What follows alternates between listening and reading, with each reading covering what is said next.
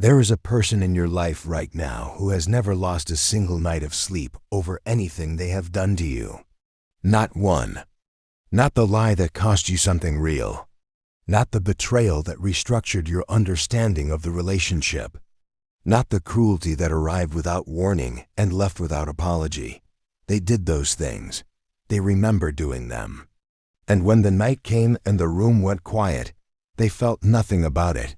Nothing that resembled what you would feel. Nothing that resembled what most people feel when they have caused genuine harm to another human being. This is not exaggeration. It is a clinical description of a real psychological condition affecting a measurable percentage of the human population. People who experience the functional absence of guilt, who move through their relationships inflicting damage with a consistency and a calm that is, to anyone paying close attention, one of the most disturbing things that human psychology produces.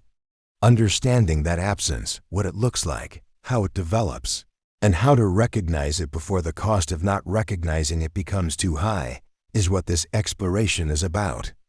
Guilt is not simply feeling bad about something you did. It is a specific emotional signal that arises when your behavior has violated your own internalized moral standards. Not fear of being caught, not concern about reputation. The inward-facing recognition that what you did conflicts with who you believe yourself to be. This distinction matters enormously. Guilt is about the relationship between what you did and your own sense of self. Shame is about the relationship between what you did and how others perceive you. The person who feels shame without guilt is concerned about being seen to have done something wrong. The person who feels guilt is concerned about having actually done it, regardless of whether anyone else will ever know. The functional role of guilt in human social life is immense.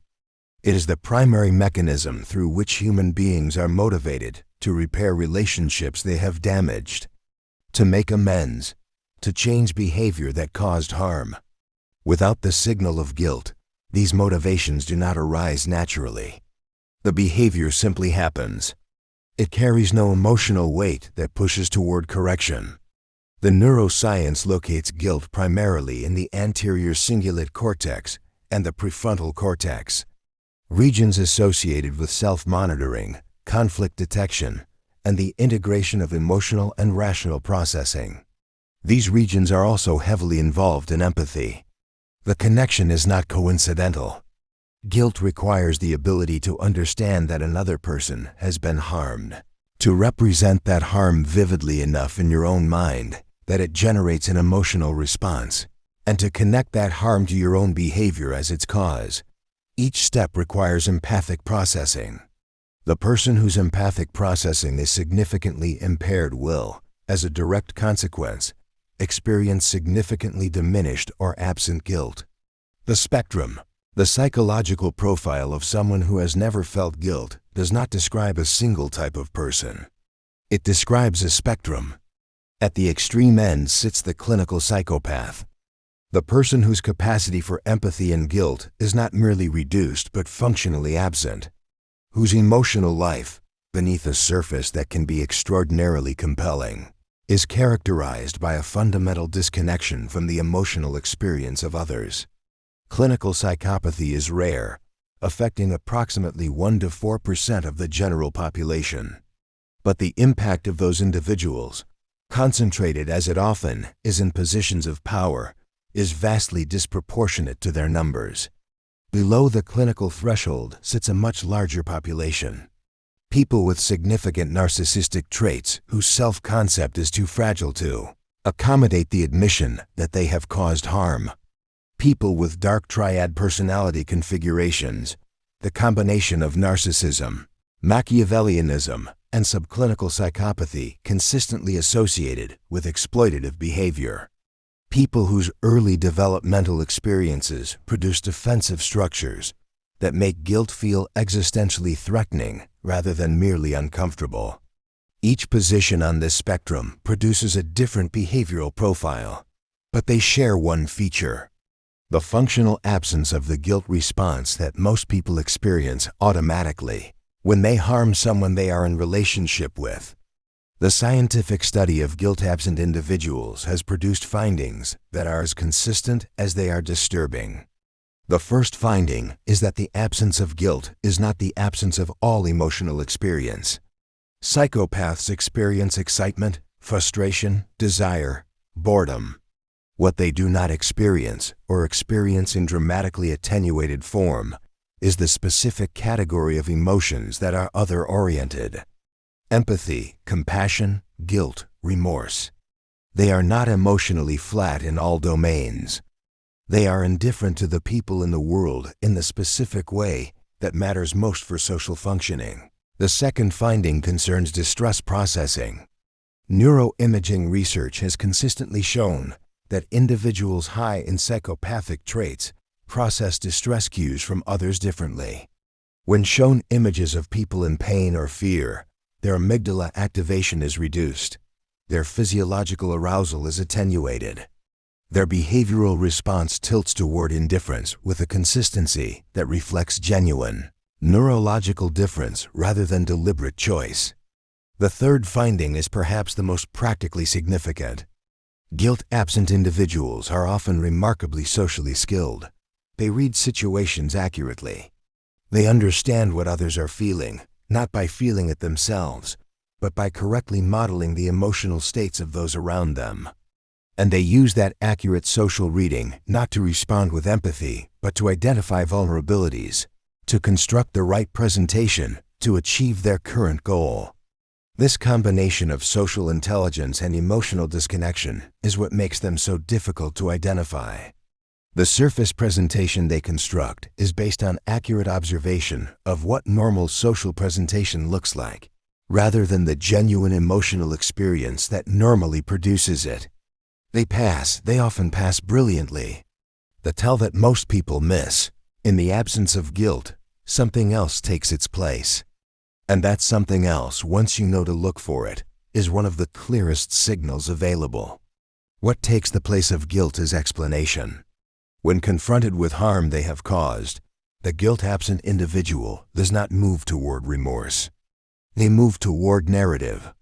They construct an account of what happened that positions them as reasonable, justified, misunderstood, or in the most extreme cases, as the actual victim of the situation they created.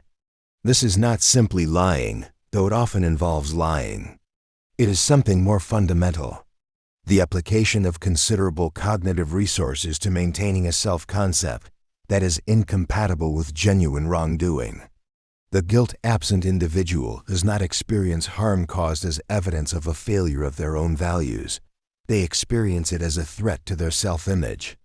And they respond to that threat with whatever strategy is most likely to neutralize it. The strategies vary. Some deflect, redirecting attention toward the behavior of the person they harmed. Some minimize, acknowledging a surface version of events, while stripping it of elements that would make the harm recognizable.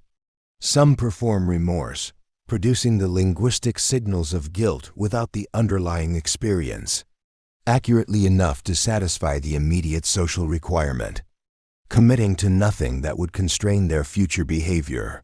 And some simply deny, with a calm and a conviction that can be more destabilizing than any other strategy. Because denial delivered without anxiety, without the physiological signals of someone who knows they are lying, can make the person who experienced the harm begin to doubt their own perception of it. How they move through relationships. The relational pattern of the guilt-absent individual has a structure consistent enough across cases to be recognizable. The first phase is idealization. They begin relationships with an intensity of positive attention unlike anything the other person has previously experienced. They are interested, perceptive, compelling. This phase is not entirely performed. There may be genuine excitement in novelty, but it is excitement oriented entirely toward what the relationship provides, not toward the person themselves. The second phase is devaluation. As novelty fades, the other person becomes a demand rather than a source. Someone with needs and emotional responses that interfere with the guilt-absent individual's primary orientation toward their own experience. The warmth cools. The treatment becomes less careful, then careless, then occasionally contemptuous. And what distinguishes this from ordinary relational difficulty is the absence of the guilt that would normally motivate repair. The harm caused requires no correction from the inside. The third phase is discard.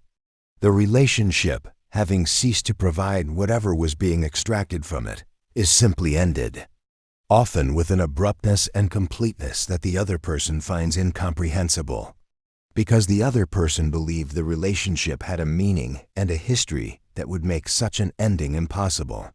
The guilt-absent individual operated on no such assumption.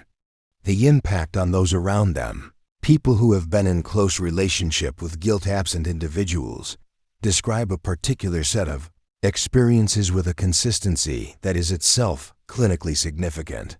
The first is reality distortion, having their perception of events consistently contradicted with sufficient conviction that over time they began to doubt their own experience. This is not always a deliberate strategy. It is sometimes simply the consequence of two people with fundamentally different emotional experiences of the same events, one of whom is considerably more certain of their version and has no guilt-based motivation to accommodate the other's reality. The second is chronic self-blame. Because the guilt-absent individual does not acknowledge responsibility for harm caused, and because the harm is real and requires some explanation, the person on the receiving end fills the explanatory gap with self-attribution. There must be something wrong with me. My needs are too great. My expectations are unreasonable. This self-blame is often actively encouraged, but it would arise even without encouragement, simply from the human need to make sense of a situation that does not make sense on its own terms. The third is the specific grief of understanding. The realization, often arriving long after the relationship has ended, that what you experienced as mutual was experienced very differently by the other person. That the intimacy, the history, the shared investment were not shared.